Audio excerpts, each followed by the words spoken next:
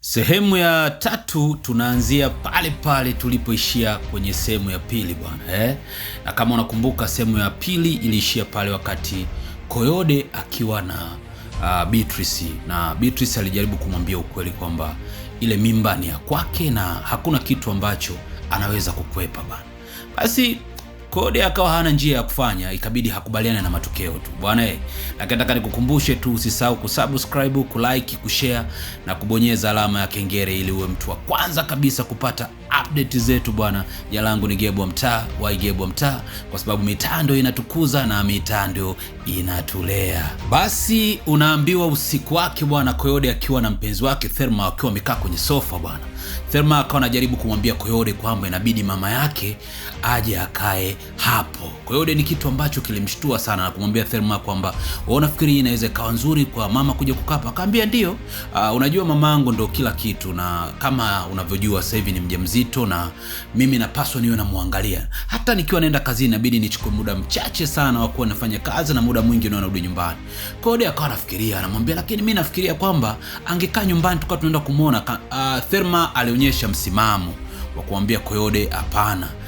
Mama yake amemlea kwenye mazingira magumu na changamoto nyingi amepitia, kwa hiyo na yeye ni kipindi chake sasa cha kumuonyesha upendo. Lakini Coyote akawa na jinsi ya kufanya bwana Alikubali kishingo upande. Hii hali ilikuwa imempa mawazo sana Coyote, lakini kwa sababu mwanamke bwana amesema na ni mkewe bwana na yule ni mama, akawa hana njia ya kufanya. Lakini Coyote alikuwa anawaza sana. Kesho yake mama alitinga mjengoni unaambiwa, na wakati akiwa ameingia Thelma alienda kumpokea mama yake. Unakakumbato fulani hivi kalipita kati ya mama na mtoto tabasamu fulani la mama tunaliona hapa Lakini wakati huo tunamwona kuna jamaa alikuwa amebeba mabegi anaingia nayo ndani. Mama akaenda akakaa kwenye kiti pale na Thelma naye akawa amekuja kukaa kwenye kiti. Lakini wakati mshikaji akiwa anapita na mabegi, mama alimwambia binti yake kwamba mabegi yake ndo hayo yanaingia ndani, na Coyote akajibu kwamba haina shida, mimi nitayapandisha juu.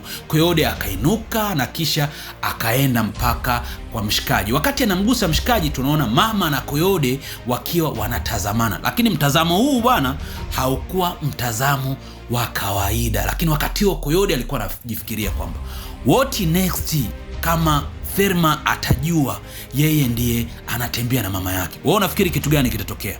Asubuhi tunamwona Thelma akiwa anamletea mama yake kifungua kinywa. Hii tunasemaga sisi ni chai ya asubuhi, na akamwambia mama habari, na mama akamwambia salama mwanangu. Akasema nilikuwa nimekuletea kifungua kinywa. Akamwambia okay, niwekee hapo. Basi Thelma alifika akampa mama yake kifungua kinywa. Wakati mama akiwa anajaribu kukiangalia kifungua kinywa, Thelma akawa anamwambia kuna kitu kingine ambacho unaweza kuwa unahitaji? Mama akamwambia hapana. Akamwambia basi mimi muda huu naelekea kazini, kama kuna chochote ambacho unahitaji unaweza ukaniambia. Akamwambia sina chochote ambacho unahitaji kwa muda huu. Basi Thelma akawa ametoka na akaondoka. Lakini wakati anaondoka mama alikuwa anatafakari kitu hivi kwa kumwangalia binti yake. Nafikiri mama naye pia ambaye alikuwa anajiuliza maswali kama itakuja kujulikana ile mimba ni ya Coyote, ni kitu gani kitatokea kati na binti yake. Asubuhi yake tunamwona Thelma akiwa anatoka gorofani bwana na Coyote ambaye ni mume wake wa ndoa, na kufika sebleni na kumkuta mama alishajiandalia kila kitu pale sebleni, na mwanae Thelma anamwambia mama sasa sisi ndio tunaelekea kazini, na mama anamwambia siku nzuri iwe pamoja na nyie. Akamwambia asante. Coyote akamwambia baadaye. Mama akabaki akiwa anawatazama. Wakati Coyote na Thelma wakiwa wanaondoka, hawajamalizia kona ya nyumba, tunamwona mama akiwa anamwangalia Coyote na Coyote anamwangalia mama. Sasa hii sijajua kwamba Coyote ni tamaa, mama anataka kuendelea kuwa na mahusiano na Coyote ambaye ni mkwewe, au kuna kitu gani kimejificha hapa mbele. Sasa nataka nikwambie tu story itaendelea kutuambia what next, ni kitu gani ambacho mama anakihitaji kwa binti yake. Ni binti yake kuipoteza ndoa au ni kitu gani kingine? Wakati Thelma akiwa ofisini kwake akiwa anaendelea na shughuli zake, mara tunamwona secretary akija na mshikaji hivi. Nafikiri mshikaji anaitwa Adebayo huyu, na kufika anamwambia karibu ofisini, na jamaa akamwambia nashukuru asante. Na baadaye kuingia Thelma tunamwona anainuka anamwambia Mr. Adebayo habari, na jamaa akamjibu kwa salama. Akamwambia karibu tukae. Jamaa akawa amekaa.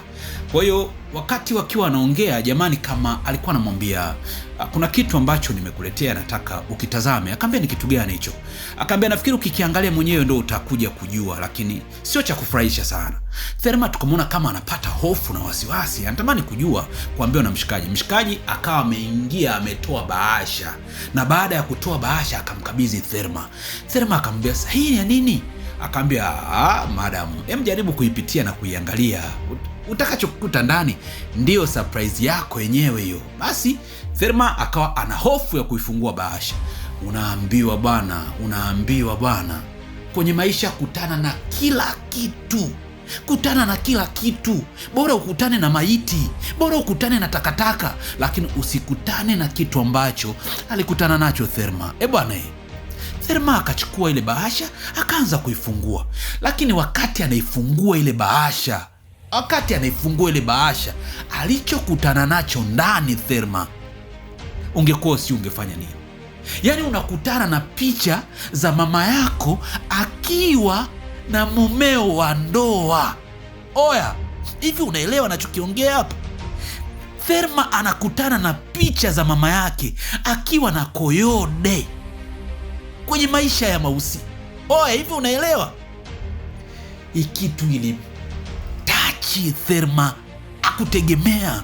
Yaani kitu ambacho hakuamini, ni kitu ambacho kilimpeleka kwenye mawazo mpaka kukumbuka siku ambayo jamaa alirudi usiku na akamnusa, akagundua na perfume ya mama yake, na akamuuliza. Jamaa akahisi kwamba, akamwambia ni familia.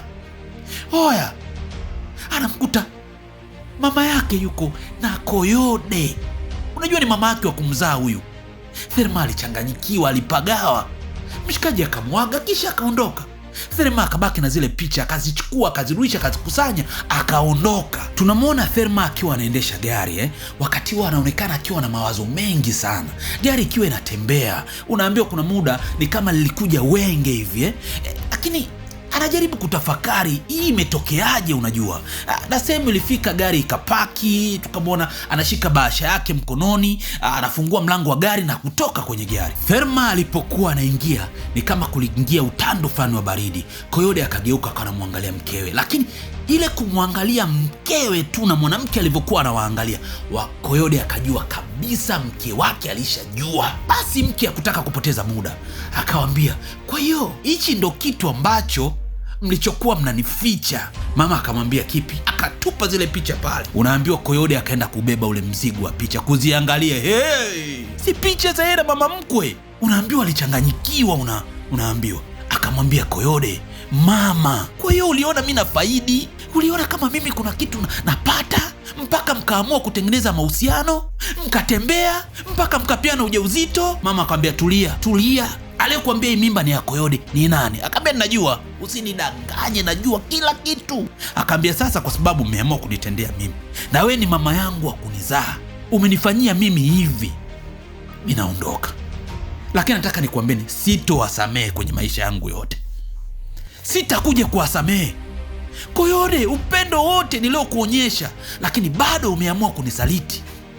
Tena bora ungenisaliti na mtu baki, mama yangu mzazi, ndio unanisaliti naye Koyode. Ile kitu ilimuuma. Koyode akataka kujitetea, Thelma hakutaka kusikiliza chochote unaambiwa. Mwisho wa siku Thelma akawa ametoka, akawaacha wenyewe pale. Koyode unaambiwa akachanganyikiwa, akawa haelewi nini afanye. Jamani, unajua hii hali ikikukuta bwana, isikie tu, unaweza ukavurugwa zaidi ya Koyode. Unajua kama uelewi nini cha kufanya, ndio kilichomkuta Koyode, hajui nini ambacho anapaswa kufanya kwa muda huo. Basi majira ya usiku yakiwa yanaendelea, tunamwona Thelma akiwa kwenye gari bwana. Unajua hii ni pigo katoka kukutana nalo. Kwa alikuwa anawaza wakati huo kama kuchukua simu yake ili ampigie Chidi bwana. Machozi akiwa anamtoka binti. Anamwambia Chidi. Chidi anamwambia niambie Thelma. Anamwambia nakuhitaji.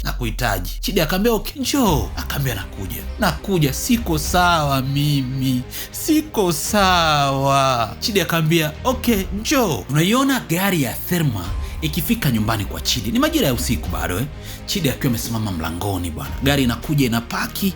Chidi anasogea na kisha anakwenda kumfungulia mlango Thelma. Anamwambia karibu, pole. Chidi anamchukua Thelma mpaka wanaingia ndani. Walipofika ndani, Chidi akawa anamchemshia chai bwana. Unajua Thelma ni binti ambaye anapenda kunywa chai majira ya usiku. Kwa hiyo Chidi alikuwa anamwandalia chai hapa, na kisha akampa bana, na baada ya kumpa wakawa anapiga story. Thelma anamwambia, maumivu niliyoyapitia leo ni makubwa sana. Chidi anamwambia, naelewa, lakini napaswa ujikaze. Akamwambia, hivi kweli mama yangu akunizaa ndio akunitendea hichi ambacho alichonitendea? Akamwambia, mimi ni mmoja kati ya wahanga wa vitu hivyo, lakini kuna wakati huwezi kusema kila kitu. Akamwambia, Chidi, kwanza nakushukuru sana, lakini pia nashukuru kwa kuweza kuelewa. Yaani mpaka wametembea na kupata ujauzito mama yangu na anakuja kukaa nyumbani kwangu kweli? Basi unaambiwa Thelma alilalamika, akaongea vitu vingi sana, na baadaye akamwaga Chidi. Akamwambia, siwezi kulala hapa, mimi nitaondoka, nitakwenda kwa rafiki yangu. Chidi akamwambia, sawa, haina shida, lakini natamani ukifika huko uweze kunijulisha. Kuwa makini sana. Tunamuona Tanasha akiwa anaenda kufungua mlango, na wakati akiwa amefika na kufungua mlango akawa amemkuta Thelma. Unajua Thelma ni binti ambaye alikuwa amenyong'onyea sana. Ile hali Tanasha ilikuwa kimpa huzuni sana. Akamwambia, ingia ndani. Tunamwona Thelma akiwa anaingia ndani, lakini anaingia ndani akiwa ni kama binti ambaye hajielewi, yani hajijui ni nani, anatakiwa afanye nini, yani hajui kitu ambacho anapaswa kufanya. Basi Tanasha alienda akamkumbatia, lengo ni kumpa faraja. Na hii hali inaonekana Tanasha tayari alikuwa ameshajua kitu gani ambacho kimemkuta rafiki yake bwana. Akamchukua na kisha akaenda akakaa naye kwenye kiti na akamletea chai. Kama nilivyokuambia, Thelma ni binti ambaye kila usiku anapenda kuwa anakunywa chai. Na Tanasha alimwambia, najua maumivu unayopitia, najua. Lakini Thelma alimwambia, hapa nilipo natamani moyo upasuke. Akamwambia, nisikilize Thelma, najua uko kwenye maumivu makali sana, lakini hii hauko peke yako, uko na mimi. Siwezi kukuacha rafiki yangu, wewe ni rafiki yangu wa kweli, siwezi kukuacha. Na hii ndo maana ya urafiki.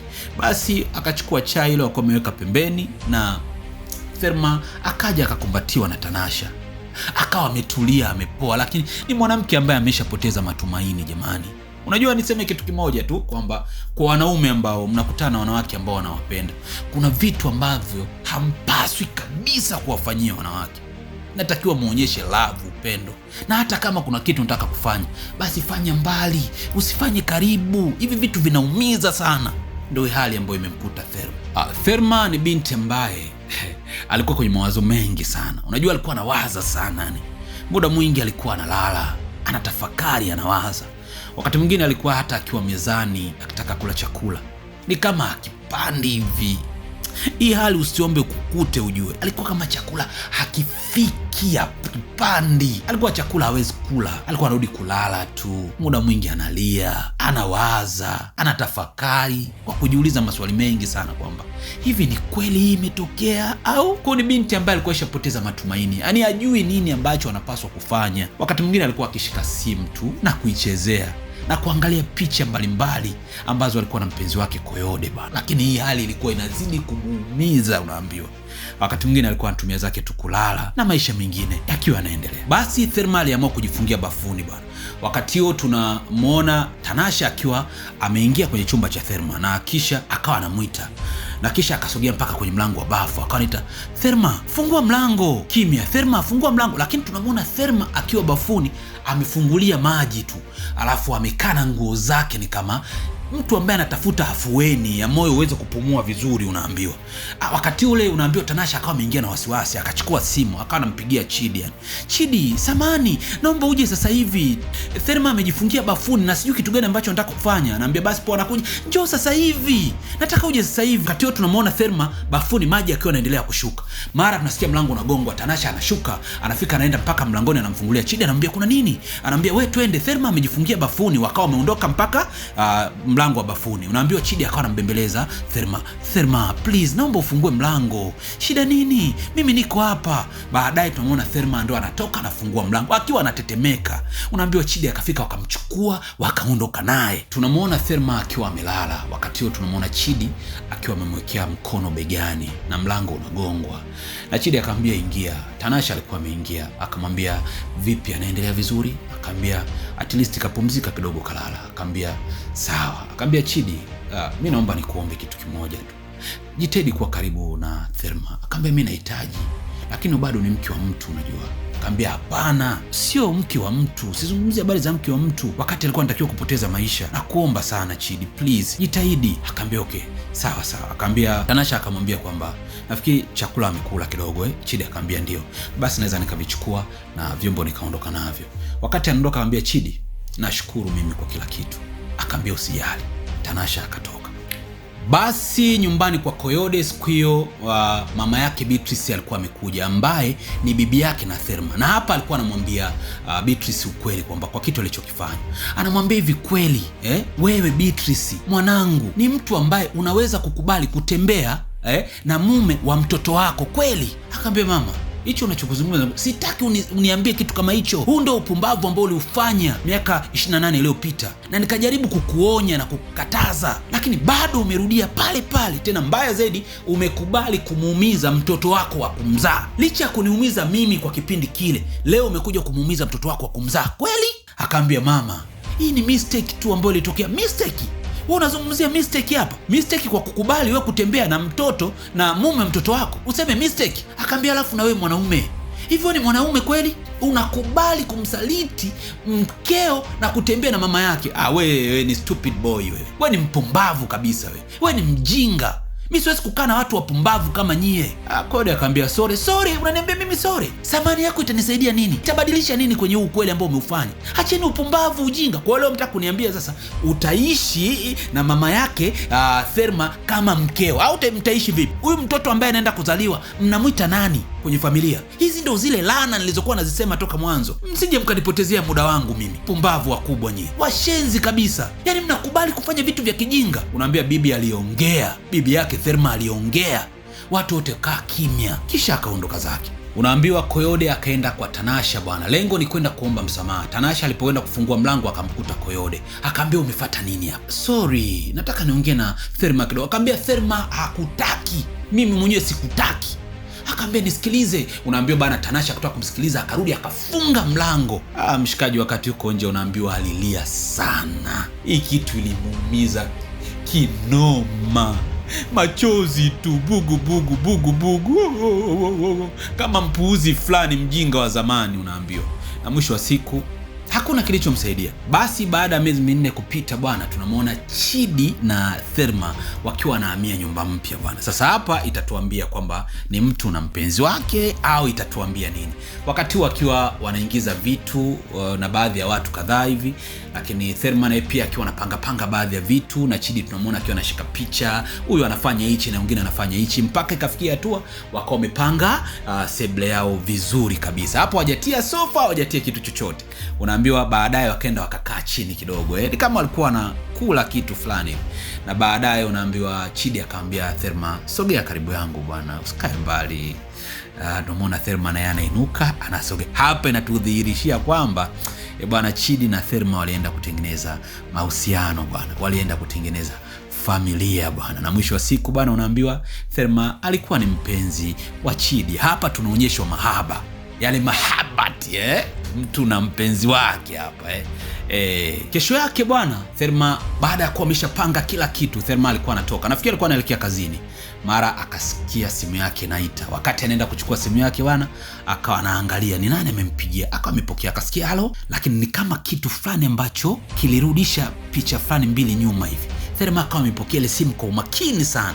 Bwana ukitaka kujua kitu gani ambacho kinaendelea, sijui kama kuna episode inafuata, lakini kama itakuwepo tutakuletea. Na hapo ndipo mwisho wa episode yetu ya mwisho bwana Jina langu ni Gebo Mtaa. Why Gebo Mtaa? Nakwambia mitaa inatukuza na mitaa inatulea. Lakini usisahau kusubscribe, kulike, kushare na kubonyeza alama ya kengele ili uwe mtu wa kwanza kabisa kupata recap zetu bwana Niko na watu kibao sana mwanangu. Niko na Tyson, lakini pia tupo na Clever Blessing bwana. Mwanangu ndo ambaye anaungaunga vitu vyote hivi mpaka vinakufikia wewe bwana. Asanteni sana kwa support na tunawashukuru mashabiki wetu kwa kuendelea kutusupport.